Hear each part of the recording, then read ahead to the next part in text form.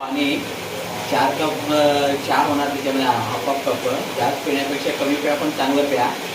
आणि त्याच्यामध्ये 1 चमच आपलं चहा पावडर टाकायचा आणि गरम दूध गरम झाल्यानंतर उकळल्याच्या नंतरच गूळ टाकायचा. नाहीतर मग अगोदर थंडमध्ये टाकलं ना मग ते हे फुटणार, चहा फुटणार.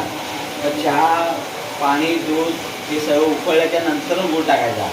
मग त्याच्यासाठी चवीसाठी चांगल्यासाठी तुम्ही मसाला टाकू शकता. काय मसाला म्हणजे गवती चहा म्हणा, सुंठ म्हणा, अद्रक म्हणा, असे तुम्ही काही पण त्याच्या चवीसाठी टाकू शकता.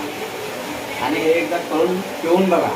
आणि सर्व बोलतात ना गुळाने चहा फाटतो, चहा फाटतो. फाटत नाही.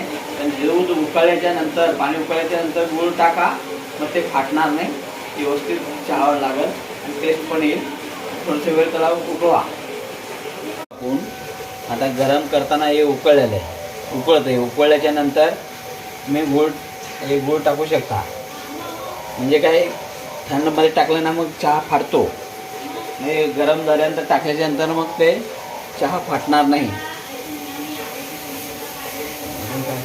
वेळ उकळू द्यायचं जोपर्यंत कलर जरा डार्क कलर होत नाही तोपर्यंत थोडंसं उकळायचं 1-10 मिनटं. उकळल्याच्या नंतर मग चांगला चहा गडद होतो आणि चांगला लागतो.